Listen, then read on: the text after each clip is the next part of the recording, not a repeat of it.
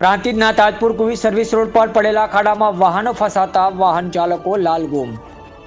સાબરકાંઠા જિલ્લાના પ્રાંતિજના તાજપુર કુવી પર service road પર મસ્ત મોટા ખાડાનું સામ્રાજ્ય જોવા મળી રહ્યું છે।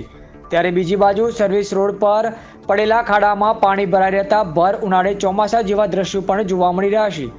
ત્યારે મસ્ત મોટા ખાડામાં અવરજવર કરતા વાહનો ફસાતા વાહન ચાલકો તેમજ સ્થાનિક રહીશોમાં ભારે રોષ જોવા મળ્યો હતો।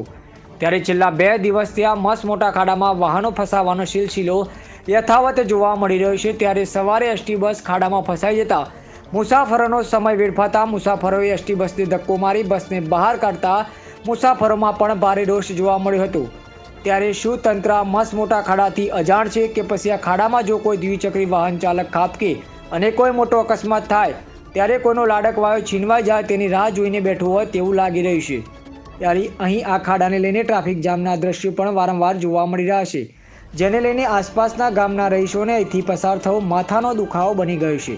ત્યારે સત્વરે આ ખાડાનું સમારકામ કરી રોડ બનાવવામાં આવે તેવી સ્થાનિક રહીશો તેમજ વાહન ચાલકોની માંગ ઉઠવા પામી છે। અહેવાલ અલ્પેશ નાયક, પ્રાંતિજ।